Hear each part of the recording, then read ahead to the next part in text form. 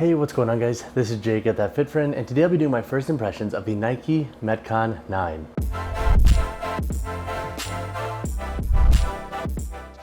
So the 9 has been highly anticipated because it's an odd year model. We got a ton of rework changes to the shoe. The 7 and 8 were somewhat similar. So the 9 has pretty much a full reworking to the midsole, outsole, upper, and everything. So with this model, my first session and then today was my final day of my block that had clean and jerks to deadlifts and then some more Metcon focused work at the end programmed. And the shoe has done an exceptional job for the most part. Now, I'm a little bit hit or miss on the shoe and I want more sessions in them, but I have 5 thoughts with the shoe out of the gate.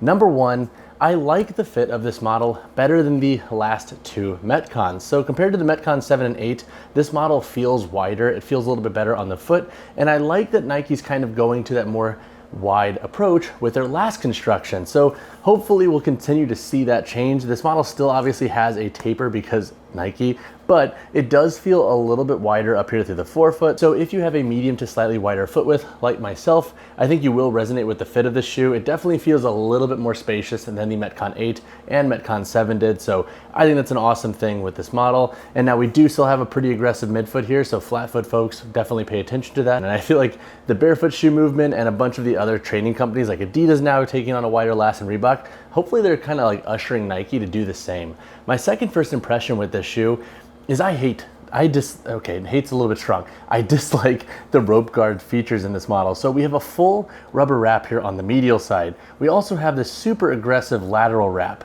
Now, this might just be me, but these almost feel like they're overdone to a large extent.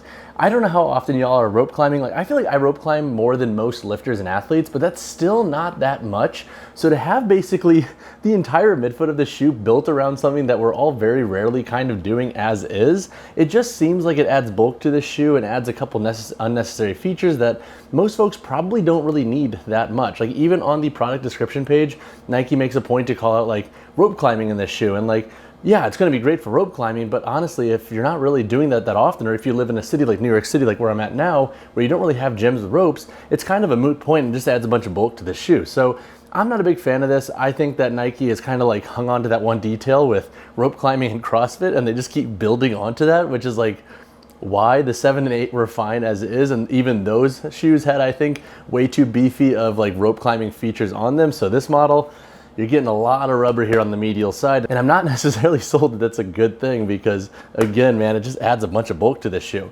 My third first impression with the shoe kind of stems off of this medial rope guard here. So with this shoe, we have a split in material here, and now I found this to be really interesting, and mostly because when I was catching jerks, for example, today, I actually noticed this part of the shoe kind of like compressing and collapsing. So I think if you're somebody who constantly has an issue with like pronation with the feet, and you constantly feel like you might be falling inward with your feet, your ankles and knees, etc., I'm not convinced that this is going to be a good thing for you. Now, I want to test this more, and I want to do more unilateral work in this too to kind of feel out the stability in this. But compared to like the prior iterations, like this midfoot kind of compresses here, as you can see. Like it doesn't take a ton of force to press this in. So I think if you're somebody who does like having a little bit more support there on the medial side, this could be an issue for you. Like you'll see in some of my jerk clips, obviously like I was having a weird day with jerks to begin with, but it was really hard for me, at least internally, to kind of like stabilize that front foot with the shoe. And now obviously it's my first day with them, so I'm giving myself a little bit of grace there because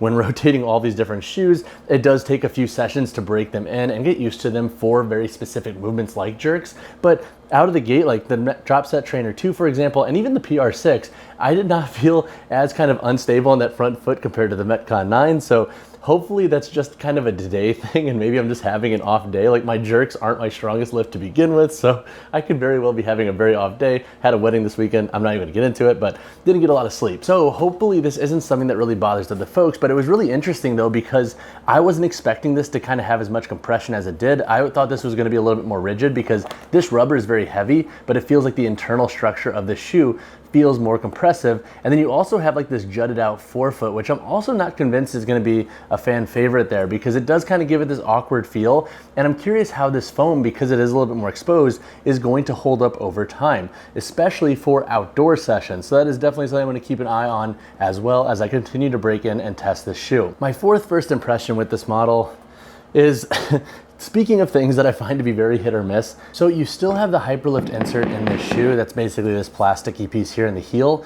And what Nike did is they brought this down a little bit regarding its length, so it doesn't jut into like the full heel anymore, but it still gives this shoe like kind of a very blocky feel. And it's super, super rigid. And now I do think it feels a little bit better for things like sprints and plyos, but I think this is still gonna be a knock on this shoe regarding its ability to be a little bit more runnable, to be a little bit more mixed modality in nature when it comes to blending short runs with your lifting, with your jumping. This is a feature that I'm just not super stoked on, and honestly, Nike, I feel like you can get a similar level of stability without completely hindering the overall performance of the shoe. With this model's midsole, you do have a more like firm outskirt of the shoe, so basically the external part of this midsole is said to be a little bit firmer, and the internal part is supposed to be a little bit softer. That gives the forefoot a nice level of bounce, so I did really like this shoe for my plyos, but that heel is still kind of a turnoff. I think it performs a tiny bit better than the 7/8 did because the 7/8 did jut out so much. It felt super restrictive at times, and this model does feel a little bit better, but again,